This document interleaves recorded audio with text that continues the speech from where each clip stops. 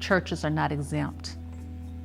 You preach every week, and they come to your Bible studies, and they participate in your youth programs, but they're still getting pregnant. A lot of people don't have the knowledge to understand that it is an issue. Definitely in our level where we're working with the teens, we know that it is, but then again in our community, a lot of people are not aware. A lot of parents are not discussing sex in the home because my daughter's not doing it, my son's not doing it. They are. They're just not telling you, and you're not noticing the signs of it.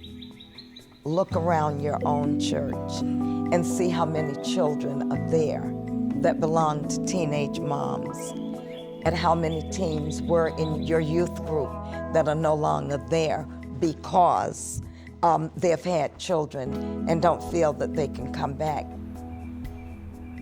At the age of 15, I became pregnant. And as I share with many people, I wasn't a quote-unquote bad girl. I wasn't a quote-unquote fast girl, but I became pregnant. So I think for the faith-based community, it's important that it does not become a subject of taboo, that we don't talk about it. It's the elephant in the room that no one sees.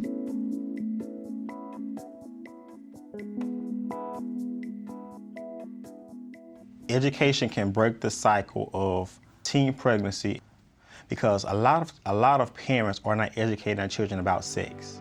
And so the second option should be us, the church. Why? Because they have youth leaders, they have pastors, they have different people within that community that they can go to and talk to. But if we're closed-minded and we're saying, no, we cannot talk about sex with you, then they're gonna look for the wrong sources and get the wrong information and end up pregnant or with an STD.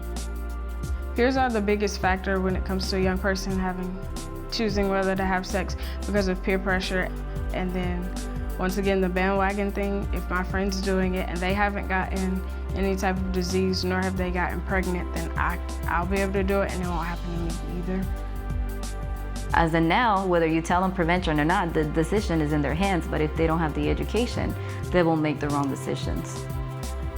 I think as a healthcare professional that faith leaders and faith communities are very important in our teens' lives. We know that teens that engage in 1 hour of some type of faith or spiritual activity a week have decreased risks of these high-risk activities. You might be saying the same thing as their parents, but because you're their youth leader, you are very respected, and all of a sudden what their parents were saying is now validated and they're willing to follow that.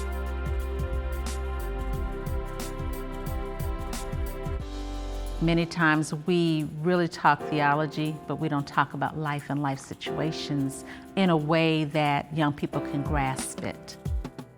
I tell my children, even the children I see at church, that your whole life is based on decisions that you make, good or bad.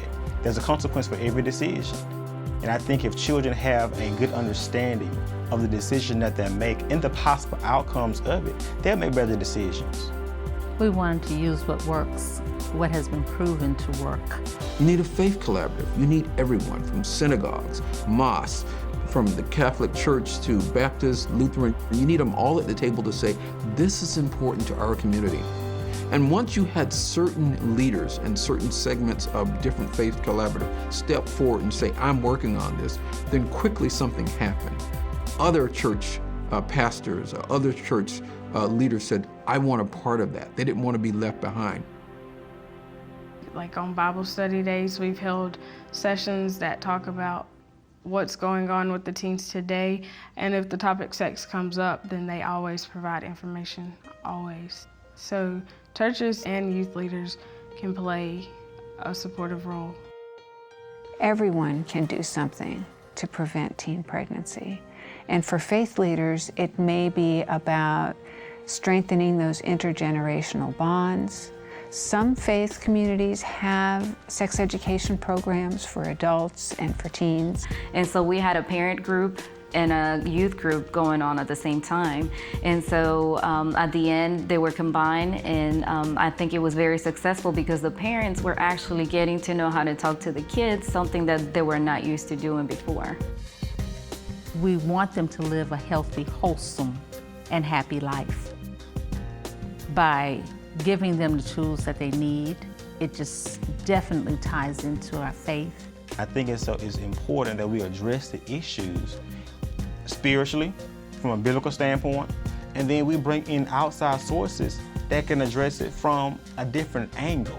We've been able to partner with many of the churches and faith organizations in the community. And so once those partnerships get started, they're able to spread the word and maybe involve other organizations as well. Churches might tell another church and they come to us and want us to provide a program for them as well. It's time for churches to stop putting the blinders on, take them off, and look at the real issue and deal with it